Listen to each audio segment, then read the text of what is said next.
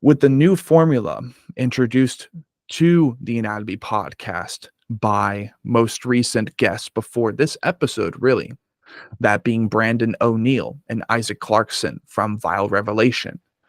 There was a formula that he introduced to me, and well, I think it holds a great tradition for the show. And this is going immediately, diving headfirst, and listening to the band being hosted and their most relevant material, their most recent material. With a geomatic dematerialization, most recently unleashing a full-length album as their first major release after 3 different standalones, well, not standalone singles, but 3 singles that would also be a part of that album throughout the entirety of last year. All very, if I may say, the color theme with those 3 singles, very, very 180 turn, right, compared to the album, as opposed to the album prominently being orange, the first 3 singles being blue. I know that caught me off guard. I'm like, wait a minute, like, is this a new single? No, it was a full-length album. So what we will be doing first, before we really dig in, tell the stories of all 3 members in a geomatic dematerialization. First and foremost, we will be listening to this album, The Absolute Elimination of Existence, featuring a Godira-esque zombie dragon of some sort, just ripping through a town like paper, right? We will be listening to this album in its entirety.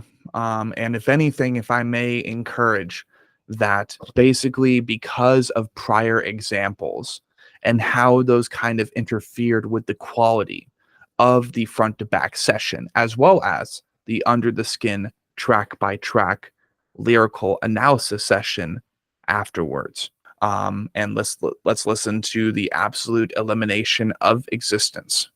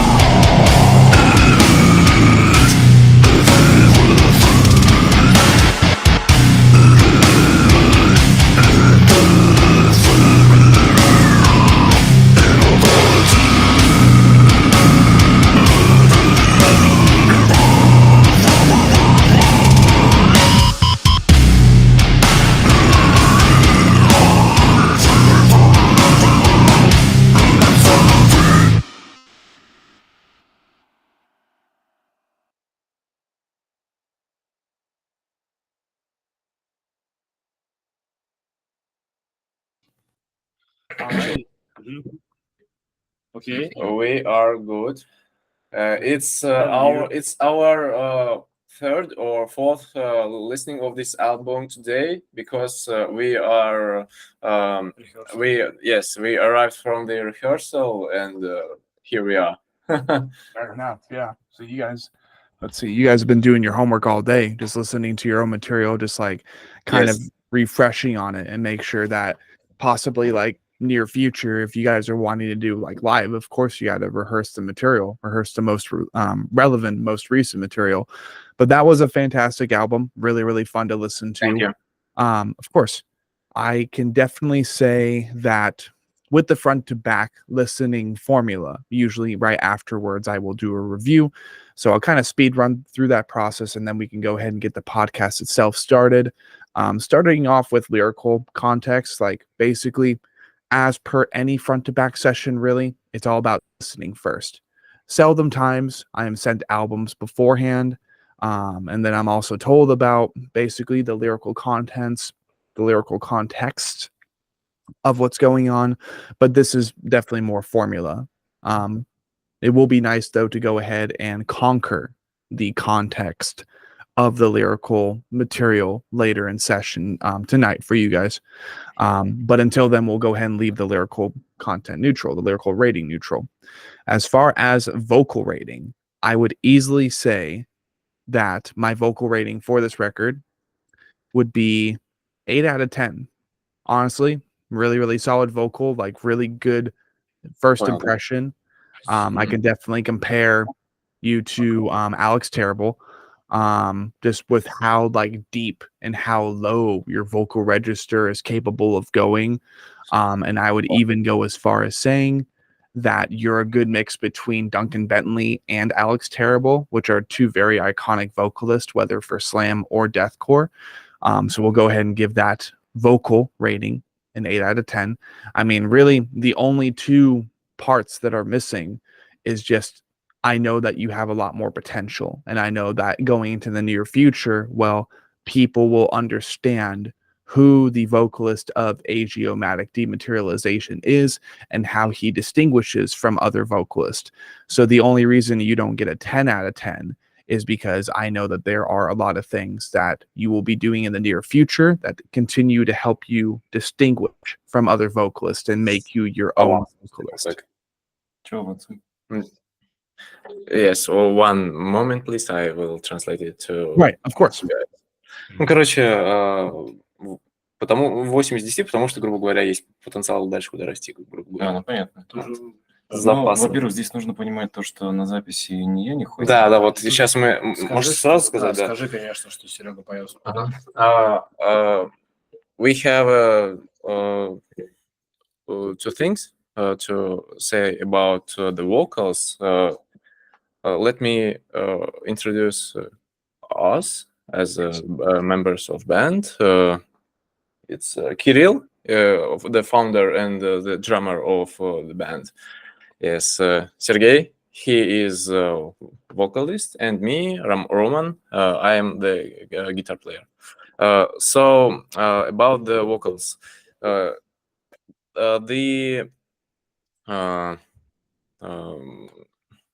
recording, recordings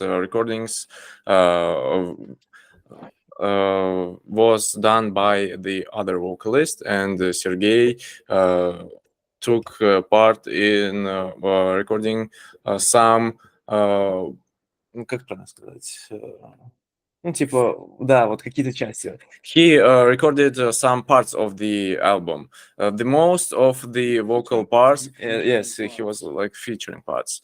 The most of vocals were recorded by the other man. Ex-member. Yes, ex-member of Axiomatic Dematerialization. We had to... we decided that it's the important thing to understand about it. Right, that's fair. That's fair. So essentially, most of the vocal efforts on Absolute Elimination of Existence were not done by Sergey, but instead Yes, the other Yeah. vocalist. longer Yes. with the project. Okay, understood. And I really do appreciate you letting me know that. That way there aren't any misunderstandings. And this will be, after all, the obstacle of this session is hopefully not running into too many misunderstandings. You can hear the difference between the single releases and the album releases on the featuring parts of singles. Their Sergei's parts are on album instead of guest vocalists. Okay, understood. So essentially, what we are looking at is the intervention in anthropocentrism, unearthly domination, and extraterrestrial paradox. That would be the former vocalist, and then all of the remaining songs that are on absolute elimination of existence. Those remaining tracks, those would be Sergei. No. No. The most of vocal tracks are were recorded by the ex-member of Axiomatic Dematerialization, but Okay. that guest vocals parts that were on the single releases were replaced in the album tracks by Sergei. Okay, understood. Okay, cool. Well, nonetheless, to both basically the former vocalist and to Sergei, the variety of different vocalists on this record, I would give a rating of 8 out of 10. And I could definitely hear throughout the record more or less two different people, right? You can definitely tell the difference, but a part of me was like, are there two people? Yes. Yeah. But essentially, we'll go ahead and move on from that vocal rating, right? Instrumentally speaking, this is the music, right? This is the musical compositions. I have no bad thing to say about what is Agiomatic Dematerialization's first record. If you want to, you can translate that. Like, there's nothing bad I can say about the instrumentals, right? I'm sorry, can you tell this once more? I didn't understand the purpose of these sentences. Right. Okay. So essentially, these are ratings. Like, this is me kind of providing Yes. a 5-star rating. Right. And it's going about instrumentals. Yes. You want us to explain something about instrument or what? I mean, basically what we'll be doing is, as far as any explanations, right?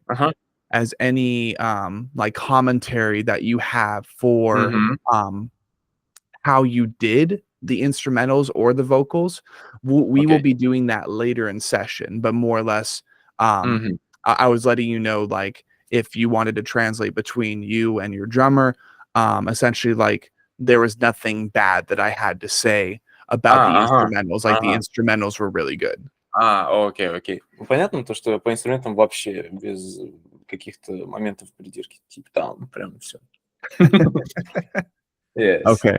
So that will be the instrumental rating, which is honestly, of course, which is honestly like a 10 out of 10. There's nothing really bad to say. And I would continue by comparing agiomatic materialization as a good combination, right? A mix between vulvodynia and slaughter.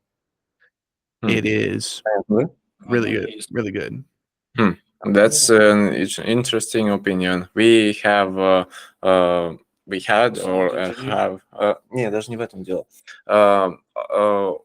One a little bit more references as the sound references and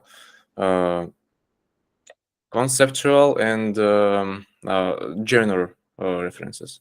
Right. Yeah, I mean, genre references. Genre, yes. Yeah. So yeah, that'll be my instrumental rating, more or less. That'll be the critique. Next will be the album cover. Now, for me, it's honestly just it is always a treat for the eyes, me being a visual person, me wanting to get into graphic art design one day and design stuff just like your album cover, but in my own way. I would say that the consistent orange theme with absolute elimination of existence, the zombie three-headed dragon thing in the background, and how well the logo, the logo color shade, right? How it goes from kind of like golden orange-ish yellow to like a deep darker orange. Really like that. And I mean, it is a Slam album cover, so all around 10 out of 10. Love the album cover. And when go ahead. No. I think that guys are understanding what are you saying now. Sweet. We are just